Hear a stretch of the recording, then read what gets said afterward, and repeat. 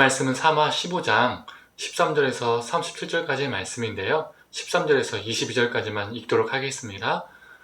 전령이 다윗에게 와서 말하되 이스라엘의 인심이 다 압살롬에게로 돌아갔나이다 한지라. 다윗이 예루살렘에 함께 있는 그의 모든 신하들에게 이르되 일어나 도망하자. 그렇지 아니하면 우리 중 한 사람도 압살롬에게서 피하지 못하리라. 빨리 가자. 두렵건대 그가 우리를 급히 따라와 우리를 해하고 칼날로 성읍을 칠까 하노라. 왕의 신하들이 왕께 이르되 우리 주 왕께서 하고자 하시는 대로 우리가 행하리이다. 보소서 당신의 종들이니이다 하더라. 왕이 나갈 때에 그의 가족들 다 따르게 하고 후궁 10명을 왕이 남겨두어 왕궁을 지키게 하니라.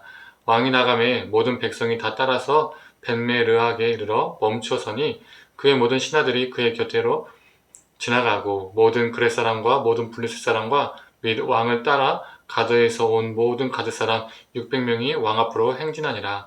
그때 왕이 가드 사람 이때에게 이르되 어찌하여 너도 우리와 함께 가느냐. 너는 쫓겨난 나그네이니 돌아가서 왕과 함께 네 곳에 있으라.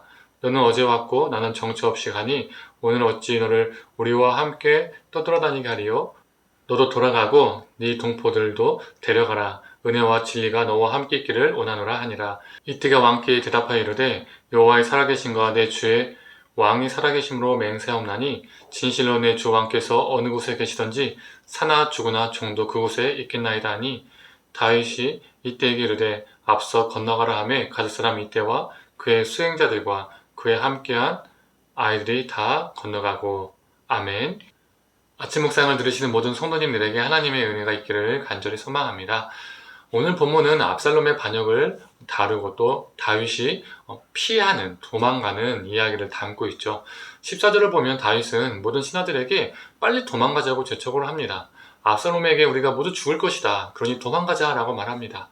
우리는 이 부분에서 압살롬이 반역을 했으니까 무서워서 다윗이 도망가자고 하는구나 라고 생각할 수 있습니다. 그런데 자세히 생각해보면 이러한 모습은요, 조금은 이상합니다. 왜 이상할까요? 다윗은 전쟁에서 수많은 경험을 가지고 있었던 사람입니다. 모든 군사들보다 전쟁 경험도 많고요. 또 그 모든 전투에서 한 번도 져본 적이 없는 모두 승리를 거둔 사람이었죠. 반면에 압살롬은 어떻습니까? 전쟁에 대한 경험이 없습니다. 그리고 아버지가 평정한 세상에서 편하게 금수저로 태어났고 금수저로 살았습니다. 또한 다윗은 지금 혼자 있는 게 아닙니다. 이때와 같은 충성스러운 신하들과 군사들이 그에게 있었죠. 가드 사람 이때와 함께한 부대만 해도 600명이나 됩니다. 그리고 다윗을 따랐던 백성들, 그리고 신하들까지 합치면 더 많은 숫자가 되겠죠. 그리고 심지어 그는요, 지금 어디에 머물러 있습니까? 예루살렘에 머물러 있습니다. 예루살렘은요, 그냥 평평한 지형이 아닙니다. 이 산지대입니다. 산지대. 다른 지형보다 높은 지대에 있는 도시였습니다. 그래서 자연적으로 초령성과 같은 요새, 그리고 천혜의 요새가 바로 예루살렘이죠. 그래서 적들이 공격하기에는 상당히 부담스러운 도시, 그리고 함락하기 힘든 도시였습니다. 자, 그렇다면 정리해볼까요? 첫째, 다윗은 수많은 전쟁의 경험이 있다는 거죠. 두 번째, 아직도 많이 남아있는 다윗의 신하들과 군사들이 있다는 겁니다. 세 번째, 예루살렘은 천혜의 요새, 초롱성이었다는 것이죠. 지금 다윗은 극단적으로요, 불리한 상황이 아닙니다. 오히려 반역 세력보다 유리하다고 볼 수도 있죠. 그래서 지금 다윗은 예루살렘을 떠나는 것이 아니라 예루살렘을 지키는 것이 더 유리하다고 볼 수도 있습니다. 그래서 어찌 보면 다윗이 압살롬을 피해서 도망가는 것이 오히려 이상하게 보일 수 있다는 겁니다. 그런데 왜 다윗은 도망가는 것을 선택했을까요? 우린 예전에 그가 했던 고백에서 알 수가 있습니다. 그가 거인 골리앗과 싸울 때 했던 고백이죠. 3상 17장 47절의 말씀입니다. 전쟁은 여호와께 속한 것인즉. 다윗은 전쟁이라는 것이 여호와께 속했다라는 것을 믿고 있었던 사람입니다. 자신의 수많은 전쟁 경험, 그리고 자신의 군사수, 자신의 군사적 요충지, 이런 것에 전쟁이 좌지우지 되지 않는다는 것을 어느 누구보다 알았던 사람이죠. 오직 여호와 하나님께서 자신을 패하기도 하시고 그리고 승하기도 하신다는 것을 그는 알고 있었습니다. 다윗은 이 싸움에서는 하나님께서 자신이 패하게 하실 것이라는 것을 직감했을 겁니다. 다른 말로 표현하면 다윗은 이 사건을 자신의 죄에 대한 하나님의 징계로 받아들였다는 거죠.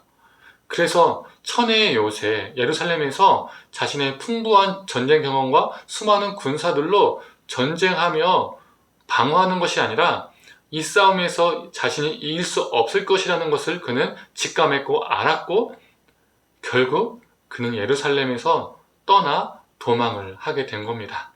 그리고 그가 떠날 때 어떻게 떠납니까? 30절의 말씀입니다.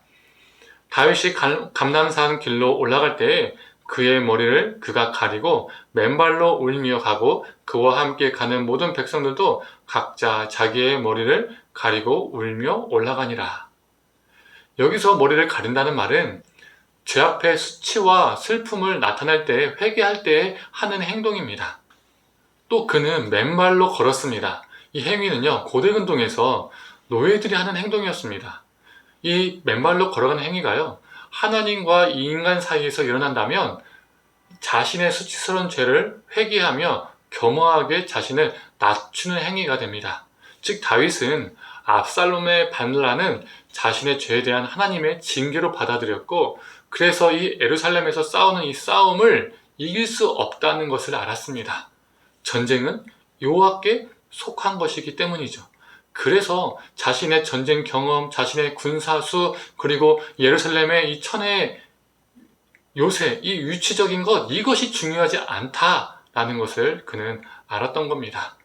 그래서 싸우는 것이 아니라 예루살렘을 떠나는 것을 선택하며 떠날 때 죄를 회개하는 모습으로 머리를 가리고 그리고 맨발로 그는 걸었던 것이죠. 4월 30일 주일 설교를 들으신 분들은 오늘 말씀을 조금 더 이해하는 데 쉬우실 것 같습니다. 바로 다윗이 그 온전한 회개를 삶으로 지금 보여주고 있습니다. 너무 고통스럽지만, 너무 수치스럽지만 죄의 결과, 즉 죄에 대한 하나님의 징계를 그대로 지금 다윗은 받아들이고 있습니다. 성도님들, 우리도 다윗처럼 온전한 회개의 사람이 되기를 소망합니다. 입으로만 퉁치는 회개가 아니라 그 죄로부터 돌이키고 더 나아가 죄의 결과가 임한다면 아프지만 고통스럽지만 그 결과까지도 우리가 온전히 짊어질 수 있는 온전한 회개자가 되기를 간절히 소망합니다. 함께 기도하겠습니다. 하나님, 다윗이 예루살렘을 지킬 수 있었으나 자신의 경험과 천혜적 위치와 그리고 군사의 수로 예루살렘에서 싸울 수 있었으나 그는 그 모든 상황이 자신의 죄의 결과임을, 그리고 하나님의 징계임을 깨닫고 받아들이고 싸우지 않고 그 예루살렘을 떠났습니다. 그 죄의 결과까지도 짊어지는 온전한 회개의 모습, 이 다윗의 모습을 보게 됩니다. 하나님, 우리도 다윗처럼 온전한 삶으로 회개하는 자가 되게 하여 주시옵소서. 입술의 고백으로 퉁치는 자가 아니라, 또 삶을 돌이키는 것에서 멈추는 자가 아니라 죄의 결과까지도 짊어질 수 있는, 감당할 수 있는 온전한 회개자가 되게 하여 주옵소서. 감사드리며 사랑에 많으신 예수님의 이름으로 기도드립니다. 아멘.